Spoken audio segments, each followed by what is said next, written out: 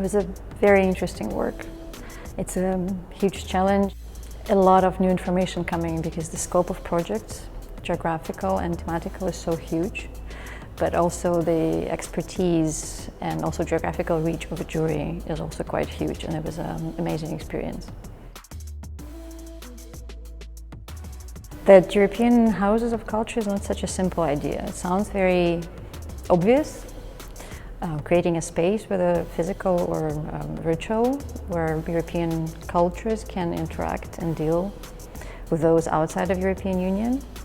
But in reality, when you go through projects, you understand that the issue is not that simple, because what might seem as a very easy part of collaboration is not always that easy. It's sometimes quite tricky to find a right mode when the collaboration between European actors and, let's say, well, not in all cases non-European, because we also had projects from Europe just outside European Union, but when this collaboration is really equal, when it doesn't involve hierarchical models of teaching or sometimes preaching, because sometimes that's what we had in projects, when it's really mutually beneficial for local actors on the ground, but also for European partners, where the learning and experience enriching can happen both ways. And we did have quite some of those projects, and that was very rewarding. I'm super happy with 5. I'm quite happy with another 3, and I'm quite okay with the rest.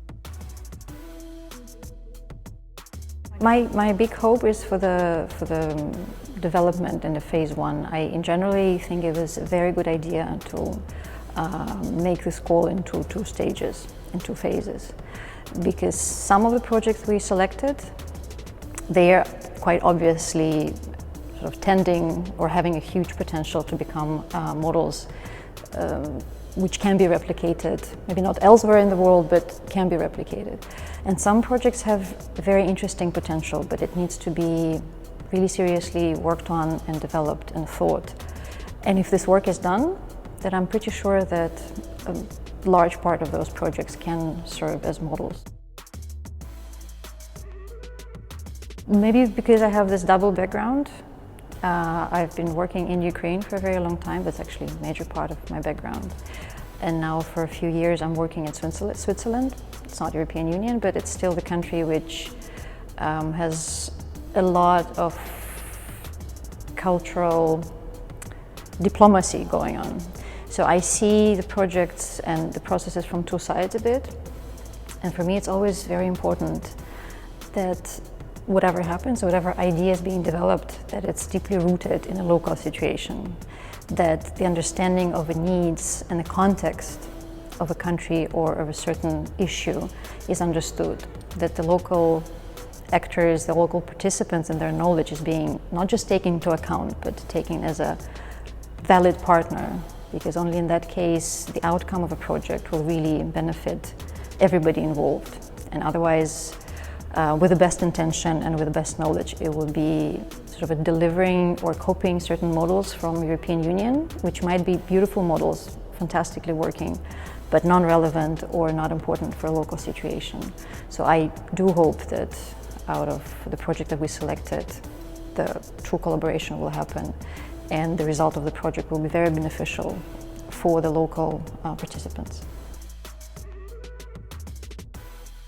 With a project like this, or with a competition like this, I would never expect that all the projects will be of very high quality. So for me, it's actually quite okay to see quite a big scope, quite a big variety of competencies, involvement of European partners into the local scene, understanding of the context, and some were quite poor. And some were really brilliant, and I think it's a good mixture. It's a good also comparison which lets the members of jury, by comparing the project, it lets members of jury to understand what is really important, where the knowledge is really in place, and then how this knowledge can be built upon. Yes, I think we all had one favorite project. We still debated it a lot, all of us, but then I think it had all 5 votes, and it's a brilliant project.